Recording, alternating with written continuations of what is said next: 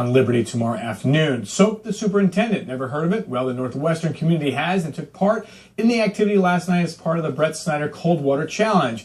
As if Brett and his family don't have it hard enough already, the law makes it even harder financially. And that's why last night students and faculty members of Northwestern did their part to contribute. Erik has more. It is unclear just how the Brett Snyder Cold Water Challenge got started. I was just saying to Brett while we were sitting here, like, how did this even start?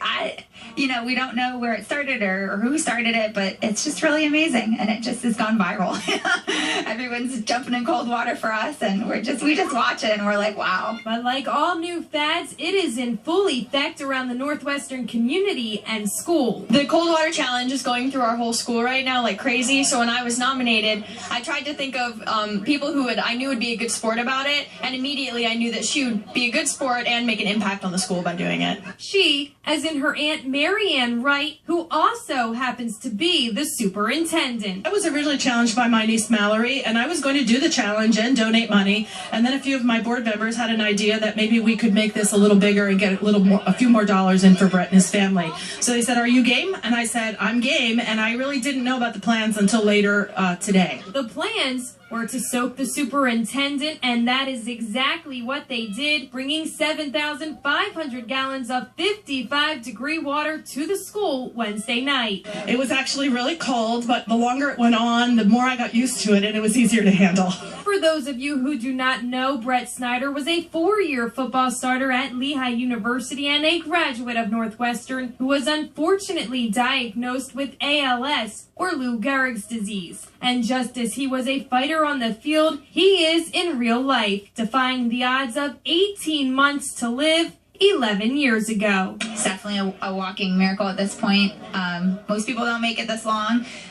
So we're really blessed that he's here with us and able to be a part of this today. This is not the first year a fundraiser has been held in his honor. In fact, his friend started a webpage on youcaring.com to help Brett, who needs 24-hour nursing care. 100% of the money raised goes towards the medical bills, and it has been so amazing to see how much the community has supported his family, including last night. This is community oriented, and like the entire purpose for doing this is to raise money for Brett, and then that makes me really happy that it turned into something so great. I just want to thank the community for all their donations and for members who came out tonight. Thank them very much. We're just really honored and just very humbled that that people thought of us to do this for our family.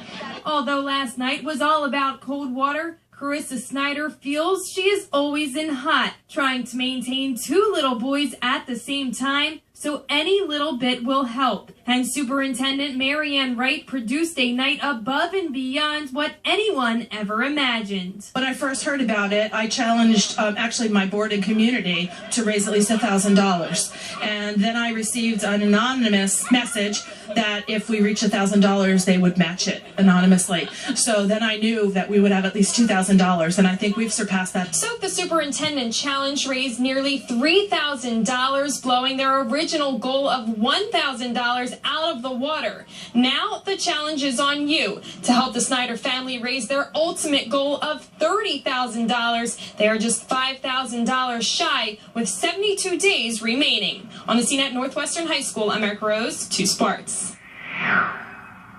Well, great job, everyone getting involved. I actually got involved, so I know that cold water challenge is pretty cold because they filled the pool and it was 57 degrees when I jumped in. So, I nominated Keith Grohl of the Morning Call and Jim Vaughn of WMMZ, trying to get everybody involved here. By the way, since that story, the number raised is $3,700 and more than $26,371. So keep donating and help out Brett Snyder and his family. Great job there. Okay.